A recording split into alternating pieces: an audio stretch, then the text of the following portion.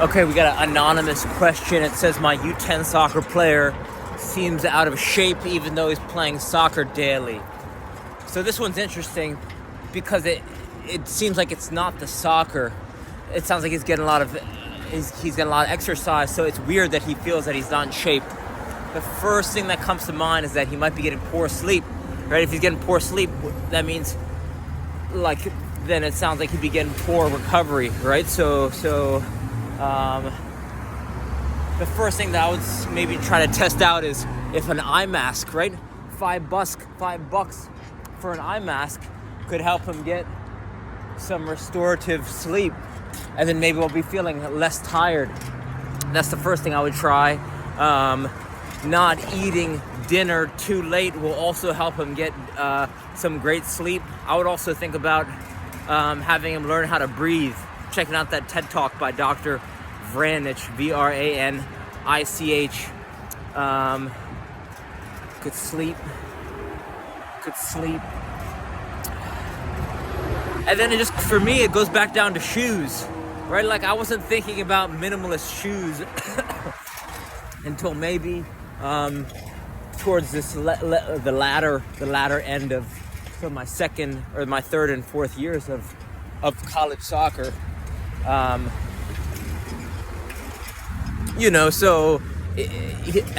just changing his ability, right? Like just allowing his feet to move more freely is gonna allow him to use less energy.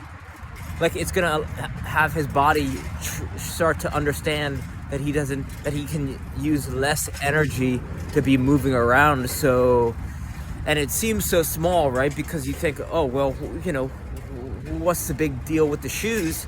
But with each step he takes, it's either going to lead him down a path where he's either getting stronger or weaker. So I think it's actually super relevant. And those would be the places to start, right? Your shoes, your sleep, and right, because great sleep should help him recover from all the time that he's playing. And then if he's not using an RMT rope, I mean, I feel like I make the same video over and over, but it's like these foundational principles of movement and sleep and training. It's like you got to recover from training, right? It's like if he's spending all this time exercising and he's not feeling like he's becoming more athletic or becoming more fit endurance-wise, then something's got to be the problem, right? So in my mind, it's got to be either sleep or the shoes, or he's not, stretching, he's not cooling down. Like even spending a few minutes cooling down after his training, if you're saying he's playing every day, that doesn't make sense to me. So it's got to be those other factors. The last thing that comes to mind is he's eaten such a low quality of food that he's not able to, he's got